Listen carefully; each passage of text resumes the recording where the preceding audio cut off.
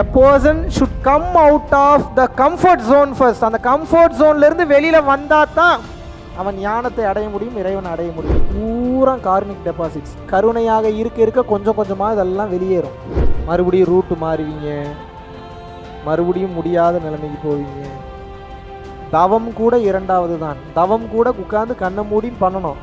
கருணைக்கு ஏதாவது பண்ணணுமா? எப்படி?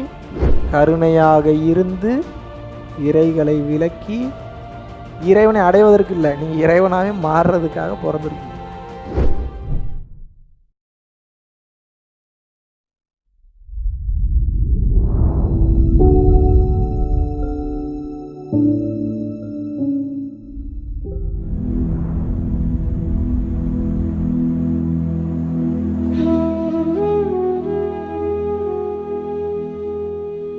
ஐயா வணக்கம்யா. நான் மலேசியாவில் இருக்குங்கள. இந்த காலையில் பிரம்மபுரத்தில் எந்திரிக்க பழக்கம் கொஞ்சம் வந்திருக்கு.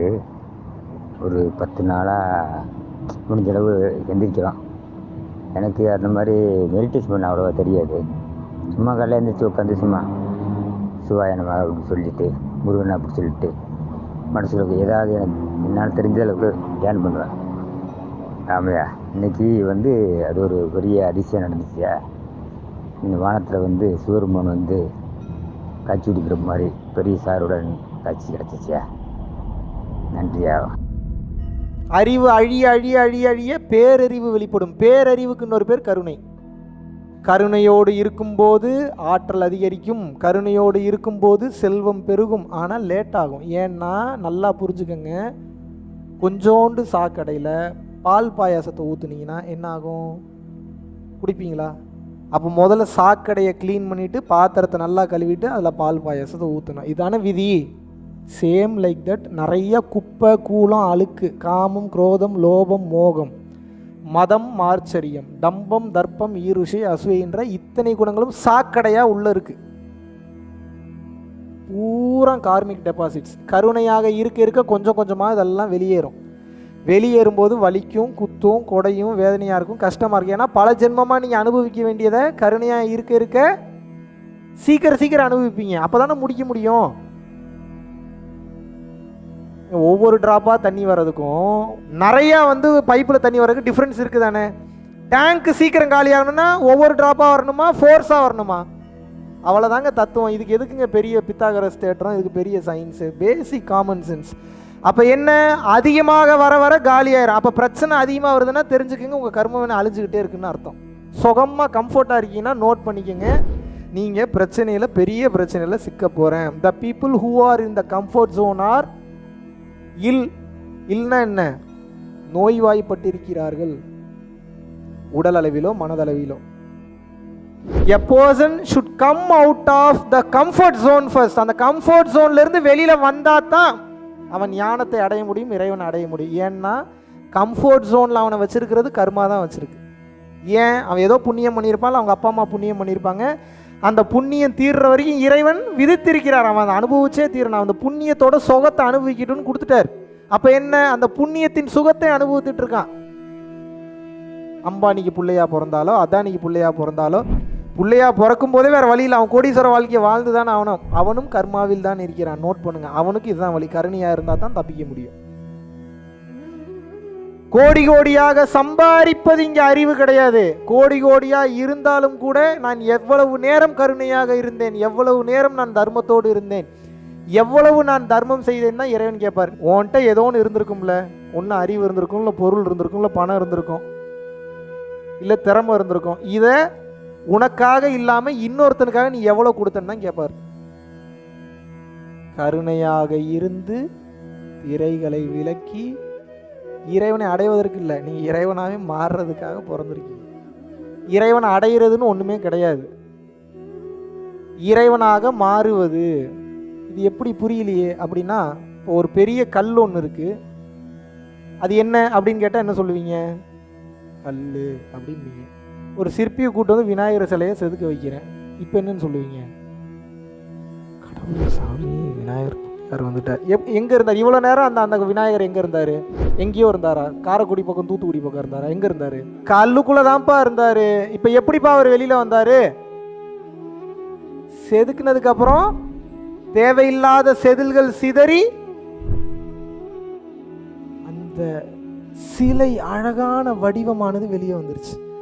இதே போல நீங்க இறைவனை அடைய மாட்டீங்க. தேவையில்லாத குப்பையை விளக்குங்க, உங்களுக்குள்ள இருக்கக்கூடிய இறைவன் வெளியே வந்து விடுவார். நீங்க ஒன்றும் பண்ண வேணாம், குப்பையை மட்டும் விளக்குங்க, மீதி தானே நடக்கும். நீங்க வேற ஒன்றும் பண்ண வேணாம். இறைவன் அடையிறதுக்கு மூச்சு பயிற்சி, தியானம் செகண்டரி. குப்பையை முதலில் விளக்க வேண்டும். குப்பையை விளக்கணும்னா என்ன? கருணையோடு இருக்கணும். கருணையோடு இருந்தால் பிரச்சனை வரும், வராதுலாம் நினைக்காதீங்க. பிரச்சனை வந்தால் தான் அதுக்கு அர்த்தம் என்னன்னா நீங்கள் சரியான பாதையில் போறீங்கன்னு அர்த்தம். பிரச்சனையே இல்லாமல் போறீங்க அப்படின்னா யாருக்கெல்லாம் பிரச்சனை அதிகமாக வருதோ நீங்கள் கன்ஃபார்ம் பண்ணிக்கலாம், நான் இறைவன் என்னை பார்த்துக்கிட்டே இருக்காருன்னு. சத்தியமான உண்மை. உங்களை கன்வின்ஸ் பண்ணலாம் சொல்லலை நான். மறுபடியும் ரூட்டு மாறுவீங்க, மறுபடியும் முடியாத நிலைமைக்கு போவீங்க. தவம் கூட இரண்டாவது தான். தவம் கூட உட்காந்து கண்ணை மூடி பண்ணணும். கருணைக்கு ஏதாவது பண்ணணுமா? எப்படி? ஒன்றும் பண்ண தேவையில்லை. கருணைக்கு நான் என்ன பண்ணணும்? ஒரு புள்ள பாவம் எவ்வளோ தூரம் கஷ்டப்பட்டு கத்திக்கிட்டு இருக்கு, இறைவா இந்த உயிருக்கு ஏதாவது ஒரு நல்ல நிலைமையை நீ கொடுன்னு சொல்லி நினைத்தாலே கருணை தான். இந்த செகண்டில் பண்ணலாம். கருணை பண்ண முடியுமா? முடியாதா? கருணைனா ஏதோ நீங்கள் சம்பாரிச்ச பணத்தையே தூக்கி தூக்கி கொடுக்கறது கருணைன்னு நினைக்காதீங்க. முதல்ல அவ்வளோ பெரிய மனசு வராது உங்களுக்கு. ஏன் உழைப்பு, ஏன் சொத்து, எவ்வளோ கஷ்டப்பட்டு பேங்க் அக்கௌண்ட்டில் சேர்த்து வச்சுருக்கேன், நான் கொடுக்கணுமான்னு நினைப்பீங்க. அதுக்கு பேர் கருணை கிடையாது.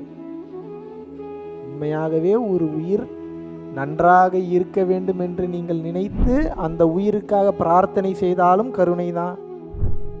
அந்த உயிருக்காக உபதேசம் பண்ணாலும் கருணை தான். அந்த உயிருக்கு வேணுங்கிற பொருளை கொடுத்தாலும் கருணை தான். அந்த உயிருக்கு உண்டான எந்த ஒரு அறிவுரை கொடுத்தாலும் கருணை தான். அந்த உயிருக்கே தெரியாமல் அதோட பிரச்சனையை ஏதாவது உங்கள் இன்ஃப்ளூயன்ஸில் சார்ட் அவுட் பண்ணிங்கனாலும் கருணை தான். அந்த உயிர் கஷ்டப்படக்கூடாது, வேதனைப்படக்கூடாது, துன்பப்படக்கூடாது, துயரப்படக்கூடாதுன்னு சொல்லி அந்த நேரத்தில் அந்த உயிரை காயப்படுத்தாமல் இருந்தீங்கனாலும் கருணை தான்.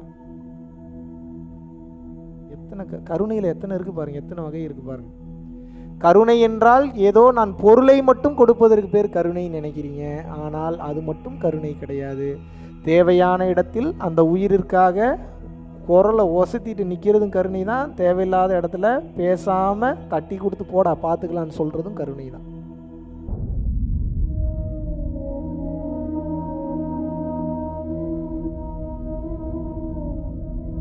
பரம்பொருளின் கருணையினால உங்களுடைய இடைவிடாத அன்னதானத்திற்கு நீங்கள் அனுப்பப்பட்ட பணத்தின் மூலியமாக பல லட்சம் உயிர்களுக்கு இது நாள் வரைக்கும் சாப்பாடு கொடுத்துருக்கோம்.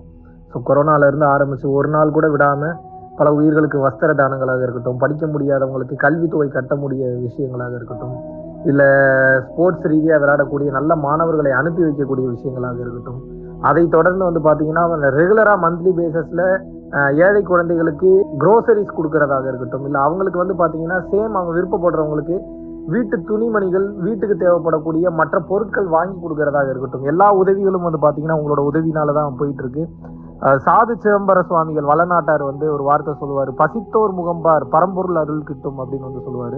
வள்ளல் பெருமானும் ஜீவகாருண்யம் உள்ள சம்சாரிகளுக்கு எப்பேற்பட்ட சூழ்நிலையிலும் பார்த்தீங்கன்னா அவங்களோட லாபம் தடைபடாது, தொழில் பிரச்சனைகள் நிவர்த்தியாகும், அதை தொடர்ந்து வாழ்க்கையில குடும்ப பிரச்சனைகள் விலகும், அதுபோக குழந்தை சம்பந்தமான பிரச்சனைகள் எதுவாக இருந்தாலும் இந்த அன்னதானத்திற்காக நீங்கள் செய்யக்கூடிய ஒவ்வொரு ரூபாயும் அது உங்களுக்கு நிச்சயமாக புண்ணியமாக சேரும்.